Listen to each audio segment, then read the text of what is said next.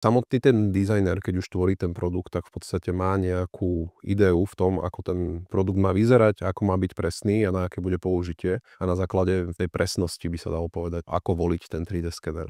Existujú skenery, ktoré sú statické, umiestnené na statíve, majú optiku, dajme tomu s veľkým priblížením alebo teda s dlhým fokálnym ohniskom a tým pádom vieš ich zaostriť aj na relatívne malé predmety a vieš oskenovať naozaj od nejakých pár milimetrových dielcov až po niekoľko metrové v prípade ručných, väčšinou laserových 3D skenerov. Meranie samotné sa skladá z takých dvoch častí. Jedno je teda to samotné skenovanie. Výstupom z toho skeneru sú iba nejaké dáta, ktoré môžeš síce priamo merať, ale potrebuješ ďalej nejaký software, v ktorom vieš prekryť tie naskenované dáta s tými zamýšľanými kedovskými dátami, tak ako boli nakreslené.